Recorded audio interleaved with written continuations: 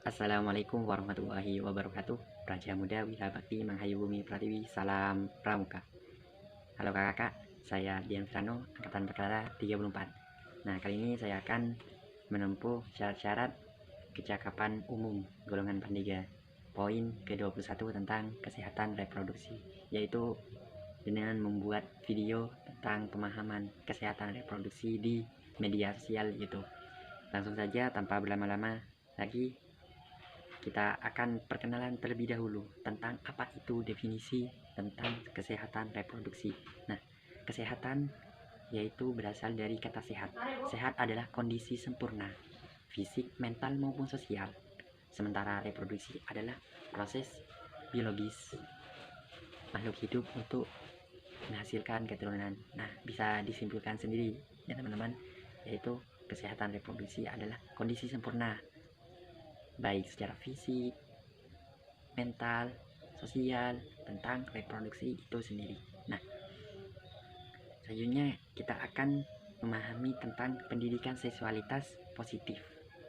Pendidikan seksualitas yang positif. Nah, pendidikan seksualitas yang positif adalah pendekatan komprehensif dan berbasis khas untuk memahami seksualitas. Hal ini meningkatkan pengetahuan, keterampilan, pengambilan keputusan, dan sikap tentang seksualitas, mempersiapkan kaum muda untuk pilihan yang tepat untuk tubuh mereka. Nah, jadi pendidikan ini berguna untuk pengetahuan, yaitu tentang wawasan kita tentang kesehatan reproduksi ini, keterampilan pengambilan keputusan. Nah, jadi ketika kita sudah mendapatkan materi kesehatan reproduksi, harapannya kita tidak salah mengambil keputusan. Jadi kita bisa menjaga diri dengan pengetahuan yang kita miliki. Dan tujuannya yaitu untuk mempersiapkan kaum muda untuk menentukan pilihan yang tepat untuk mereka tentang kesehatan reproduksi ini. Jadi kita setidaknya bisa terhindar dari pergaulan bebas karena kita tahu apa saja dampaknya seperti itu. Nah, topik yang akan dibahas yang pertama, topik yang biasa dibahas di pendidikan ini, yang pertama, pengembangan fisik dan emosional selama masa pubertas. Yang kedua, membangun dan memelihara hubungan yang sehat dan saling menghormati. Yang ketiga, memahami konsep persetujuan dalam kurung, konsen, dan batasan. Yang terakhir, menjelajahi keanekaragaman gender dan orientasi seksual. Nah, selanjutnya kita akan berlari ke poin PMS, yaitu pencegahan penyakit menular seksual. Nah, kepanjangan dari PMS itu yaitu penyakit menular seksual. Biasanya PMS itu terdiri dari HIV, sifilis, gonore, klamia, herpes genital, dan HPV. Nah, biasanya penularannya itu hubungan seksual tanpa kondom, berbagi jarum suntik, dan penularan dari ibu ke anak selama persalinan. Untuk metode pencegahannya kita bisa abstinens, yaitu menjaga diri. Metode pencegahan yaitu pertama, kita menjaga diri dari agar tidak tertular. Nah, yang kedua, setia pada satu pasangan. Nah, setia pada satu pasangan ini adalah metode juga, yaitu menjaga diri kita agar tidak tertular dari penyakit PMS tersebut. Nah, yang ketiga, biasanya penggunaan kondom.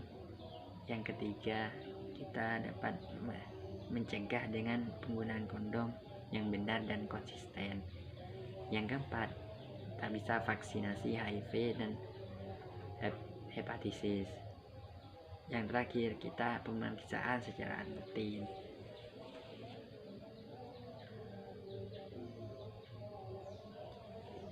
Selain menjaga diri dan lain-lain yang saya sebutkan tadi, kita juga harus menjaga hidup sehat, yaitu poin selanjutnya ini, yaitu pola hidup sehat dan pola hidup sehat untuk kesehatan reproduksi.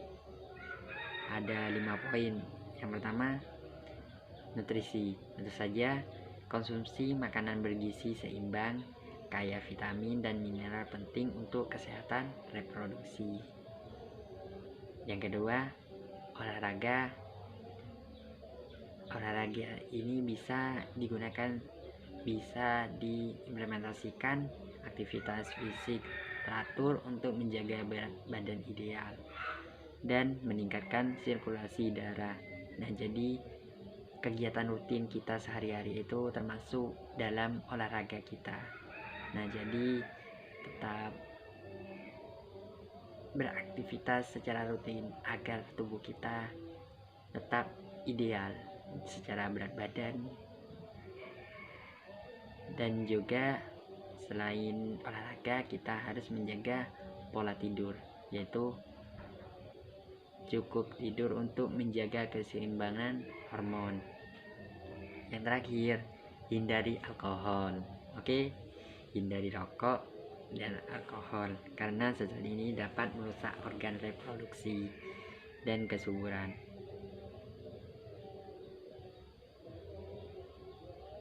Sedikit informasi,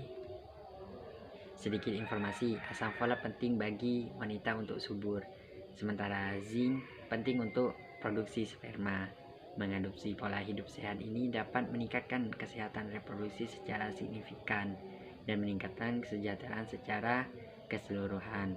Dan yang terakhir, poin mitos dan kesalahpahaman tentang kesehatan reproduksi. Nah, seringkali kan kita mendengar mitos-mitos yang belum tentu kebenarannya. Dari kata mitos saja kita harus telusuri terlebih dahulu. Jadi ketika itu tidak ada referensi atau tidak sesuai dengan fakta, kita harus meneliti agar pengetahuan tersebut tidak salah diserap oleh otak kita. Nah, mitos yang sering kita dengar itu seperti masturbasi menyebabkan kebutaan dan kemandulan. Juga PMS hanya menimpa orang nakal. Nah, ini kan tidak sesuai karena tidak hanya orang nakal, bisa saja ketika kita berkeluarga yang suaminya itu seks bebas, kemudian istrinya tertular. Dia sudah setia pada satu pasangan dan juga tidak nakal. Nah, belum tentu karena penyakit itu bisa saja ditularkan oleh suaminya ataupun kontak tubuh dengan yang lain. Yang terakhir sih, ada beberapa, masih banyak. Yang biasa sering terdengar itu kontrasepsi penyebab kemandulan. Nah, kontrasepsi itu seperti kita program KB. Nah, itu ada mitos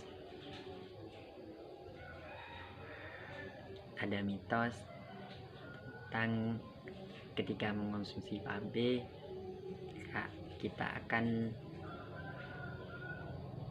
kemandulan. Nah, itu belum tentu kebenarannya.